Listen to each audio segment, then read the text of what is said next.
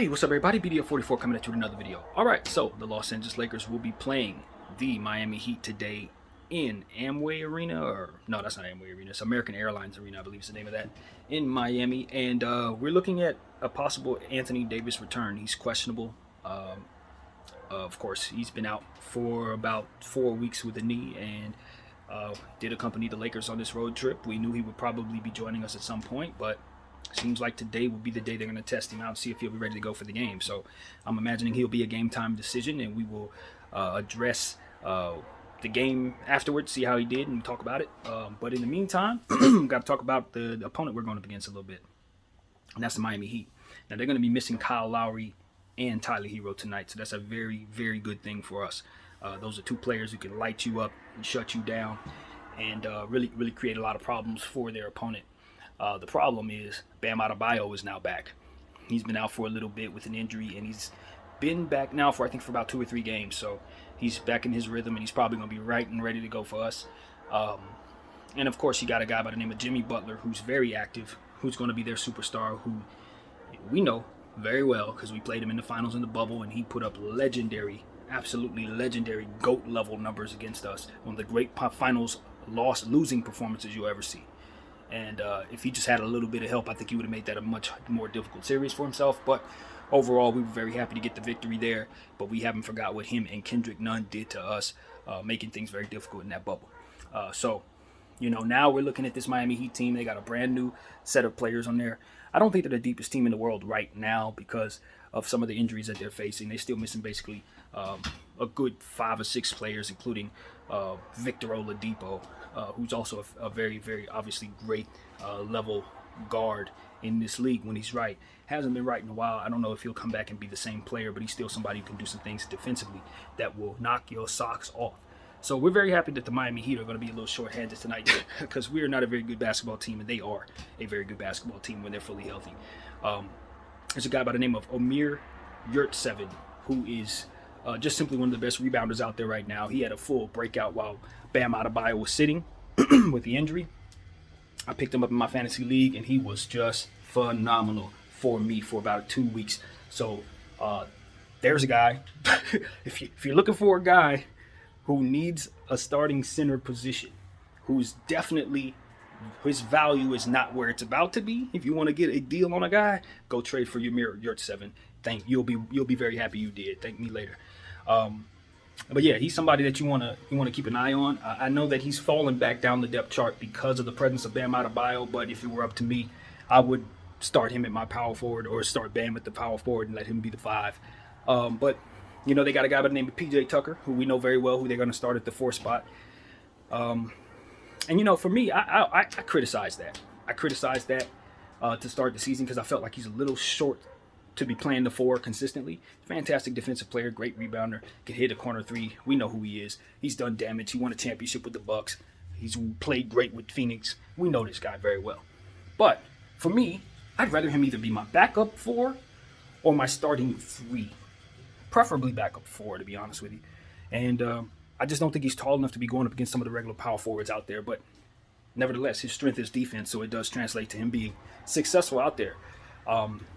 I think that at this point, they would be wise to try to do something different tonight if they want to match up against Anthony Davis. Because if Anthony Davis is running the 4, or even if Braun is running the 4, and we play Anthony Davis at the 5, which is one or the other you expect, we're going to have an advantage on PJ Tucker tonight. And we should be able to overpower him and basically shoot over him. So that's what I'm hoping we'll do. We exploit what they have is otherwise a mismatch at that 4 spot, which I think is a mismatch all year long. I really, really stand by that. If the Miami Heat do something with the power forward position, which I think ain't very difficult now that Umer has broken out. I think if they put Umer at the 4 or the 5, I think they could beat anybody. But as long as they continue to try to run these small lineups and put so much pressure on Bam Adebayo to hold down that front court by himself, basically, I always think that they're behind the 8 ball. I don't care how good they have a regular season they have. They're going to need to address the size in that 4 spot. So that's what I think of the Miami Heat. Thought that the whole time. Now, there's a guy by the name of Max Strauss that you need to pay very close attention to. He is also breaking out. He is a good role player that can shoot the ball. He's tough, and he's showing people who he is. You know, he was a role player a couple years ago. You didn't know too much about him. He'd come in, hit a couple jump shots, sit down. Now that players have moved on and got guys hurt and things like that, he is playing a prominent role. He's flourishing in it. Max Strauss. I expect his name to be called a lot tonight, and he's going to put up some numbers tonight for us, for the Miami Heat against your Los Angeles Lakers. So, all in all, this is a game. Like most games, the Lakers are not favored to win it, but things change when Anthony Davis comes back. You know, the whole complexion of the Los Angeles Lakers, our depth chart, all of that changes when you get number 3 back on the floor. And so that will determine what I think the game will be. If he plays, and see, this is the thing. You don't really know how many minutes the coach is going to give him. Logically, you would think he would get under 20 minutes tonight since this is his first game back. But being what the Lakers need, being that we are a 500 ball club, I really don't know what to expect in terms of how much patience they're gonna have with him in terms of minutes, how soon he's going to be off minutes restriction, if there's a minutes restriction at all. So I want us to bring him along slowly, but I'm afraid the urgency of all things considered will have him out there probably playing more than he should this soon. If he's ready to go and he plays his best self, I think that gives us obviously an opportunity to really challenge this very good shorthanded Miami team. If he's able to only give us maybe like 10 minutes and is like a 5-point guy, I think that kind of puts us in a position to wonder what we're to be expecting tonight from the others on the team who will have to adjust to those rotation changes. And that's really what it comes down to. You heard me say this before. But when a player's coming back from injury, other things have to shift around in order for guys, to fall back into place. It's why the Golden State Warriors are going through what they're going through right now, struggling as they have been. It's because they're trying to fit Clay back into that lineup, and other people have to rotate. Minutes change, roles change, and that takes an adjustment. So the same thing will happen with the Lakers. But I think this is going to be a much easier transition for our team because what he provides is something that we need, which is size, length, and ability to rim protect. Now, he didn't do his greatest job at rim protection to start the season, but we're a 500 ball club because of it. In fact, I don't think he's been very good for his standards at all. So he's on the clock as it pertains to we want to see him play better. We're tired of calling him. I'm tired of calling him out. And I'm tired of the sluggish version of him that we didn't see in 2020 or last year for that matter. He was much better both of those years. So I'm calling on Anthony Davis to take your time as it pertains to these next couple of weeks because you got to get back in shape. But after that, we won't be holding any excuses for this guy. He's going to have to play well to the level that we expected him. He's one of the great players in this league. And that's all there is to it. If he wants to be considered that going forward, it's going to be incumbent upon him to get in shape, get focused, get angry as it pertains to your opponent, and play well. And don't be passive. Because passive energy from a player who's supposed to be that talented equals losses for his team. So that's something I know, and that's something we're going to be looking for him to change in the second half of the season. Let's see. THT's been playing well. As of late, for what we've been seeing from him, shots been falling, defense has improved, stuff like that. Definitely want to see that continue in Miami. I believe he's a guy who is still very much on the trade block. I don't know how he feels about that, but a lot of guys who are on the trade block want to raise their value. So, like I said, I don't know how he feels about that, but I would like to see him play well regardless. Let's see. Obviously, LeBron James is going to continue to be LeBron James. He's headed back to Miami. So you know what that means. That means he's going to try to kill them. He wakes up for certain games. Miami, Cleveland. Anytime he walks in either one of those buildings, you best believe he's going to have a certain level of energy that comes with just the history there. So I'd imagine he's going to have a huge game tonight. I'd imagine he's going to want to kill his old team. So that's what I know as well. What else do I want to say? Glad AD is back because we can sort of see a path toward kind of sitting some guys that probably need to go ahead and sit back down. Trevor Ariza, I know coach likes Trevor Ariza. Trevor Ariza was a plus 20 in the last game, but Trevor Ariza, to the eye socket, does not pass the eye test. He's slower than he used to be. He doesn't have some of those ways that ultimately made him the player that we loved having back in, a long time ago, right? So I would like to see him move back down the depth chart. Same goes with A few other players, I'd say Dwight Howard's minutes have been kind of where they need to be for where his production is, but I would like to see us play him more in small ball lineups because of the lack of the AD that's been out there. Now that AD's back, we don't necessarily have to rely upon him to play that center position or be without rim protection. So that's a major plus for the team, to say the least. HBK has been in a slump, shooting the ball, scoring the ball.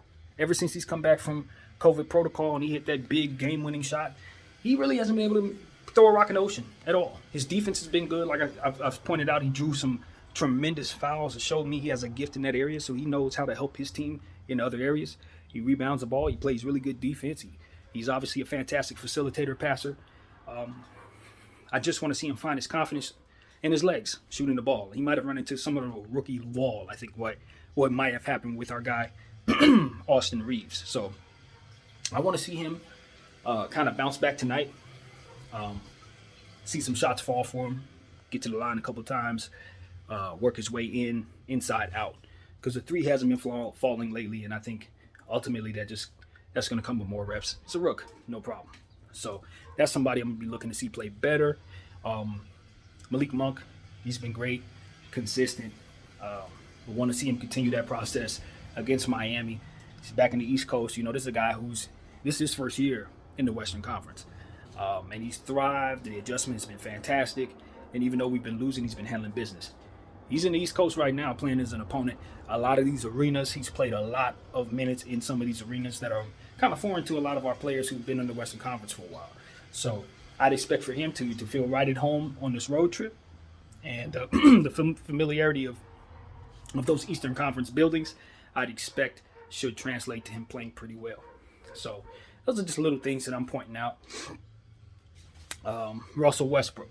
All right, so Russie, so a lot has been talked about Russie and how he's kind of going about asking everyone to just be a little patient with him, Obviously, the contract conversation is there. We can always have that conversation. But at the end of the day, we just want to see the guy have a better tenure with the Lakers than he's had. And as Max Kellerman has pointed out on numerous occasions, every time Russell Westbrook goes to any new team, and he's been on 4 different teams these last 4 years, he starts off the season struggling as bad as he has with us. And then by the end of the year, he's a well-oiled machine, lockstep with whatever team he's on. Max believes that's going to be the case here as well. So, if this is a pattern, then I'd have to say I'm poised for it to continue. I would love to see us believe in Russell Westbrook once again. Unfortunately, the missed layups and the can't get right type of turnovers snatch that faith from us all. So I don't know why his struggles have been so very prominent on this team. It's been pointed out that he's averaged the same amount of turnovers here as he's averaged at any other point in his career, so he's not actually different in the turnovers, but for some reason it looks significantly less. He looks significantly less under control on our team. Shaquille O'Neal, there's a clip going around of Shaq being at the Orlando game, telling Russell Westbrook that he's moving too fast. I actually haven't clicked on that clip yet. I ain't seen it myself, but I get the gist of it, and I agree with it. He does play too fast. He's rushing a lot of the time, and like I always say, the pace that he plays at has been great for the teams that he's played on. The Washington Wizards had the players for that pace. Obviously, OKC was built around him after KD left. It's kind of one of those things where it's like, this team is not like that. LeBron plays at an entirely different pace. Our team and Anthony Davis has been slow to start the year. So we've had rhythm issues as a team. And a lot of that has to do with the team not being able to practice as much to start the season. Guys being in and out of the lineup for COVID protocol and injuries. I'm looking for some stability. Now, we're going to need some good luck to come into our way for that. Obviously, the Lakers have not had a whole lot of luck with that. But that's what I'm hoping to see. A team that can practice more, and a team that obviously just knows each other better than they did earlier in the season. We are who we are, but that's only because a guy like AD hasn't been who he is. He's been someone else, and because of it, it's reflect on our team as a whole. Now, there's other stuff going on. Don't get it twisted. But I ultimately think that his most basic functionality is to be able to kind of mask some of the weaknesses by being a rim protector and a stealer of the ball and an excellent defensive player. By making an efficient amount of shots and ultimately being dangerous in the paint. But the problem is that's not what we've gotten, and so we need that in order for us to get better. As long as he's continued to play as he was to start the season, I'd imagine our team's going to continue to play as bad as it's played. We go and come with Anthony Davis. LeBron James is a mainstay. He's meat and potatoes. But unfortunately, he can only do what he's able to do. He needs help getting us over the hump. And while he's been able to keep us at 500, it's incumbent upon him and AD to get us above 500. So AD needs to hold his weight. And that's just the bottom line. So that's what it is, man. Frank Vogel is still our coach. I'm not happy about that. I don't want him to coach our team because I think that a lot of our struggles have been because of his issues on the offensive end and his lack of defensive players to help him with what it is that he's supposed to be good at, even though it doesn't necessarily translate to things that make any sense whatsoever on the floor, even with the limited roster positionings that we've been able to have for ourselves. The stuff that he's been doing defensively has made it so that our team has been worse defensively. At the end of the day, you need to have rim protection on the floor. He's foregoed rim protection, so it makes us have a horrible defense. So that's his choice, and that's what we got from it. If we don't like his choices, we need to remove him.